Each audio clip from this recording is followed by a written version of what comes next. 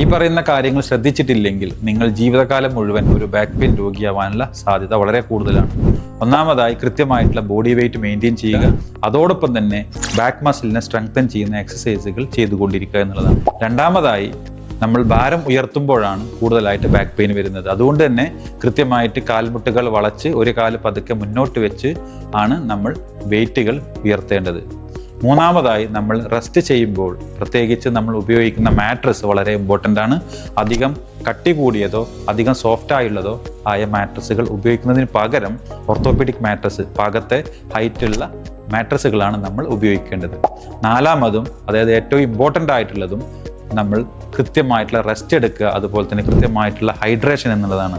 നമ്മൾ എന്തെങ്കിലും സ്ട്രെയിൻ ആയിട്ടുള്ള ജോലികൾ ചെയ്തു കഴിഞ്ഞാൽ അതിനനുസരിച്ച് പ്രോപ്പറായിട്ടുള്ള റെസ്റ്റും പ്രോപ്പറായിട്ടുള്ള ഫുഡും അതുപോലെ തന്നെ ഡയറ്റും അതുപോലെ തന്നെ വെള്ളവും കൃത്യമായിട്ട് കഴിക്കുകയാണെങ്കിൽ നമുക്ക് ഇത്തരത്തിലുള്ള ബുദ്ധിമുട്ടുകളിൽ നിന്ന്, സ്ഥിരമായിട്ടുള്ള ബാക്ക് പെയിനിൽ നിന്ന് നമുക്ക് മോചനം ലഭിക്കുന്നതാണ്.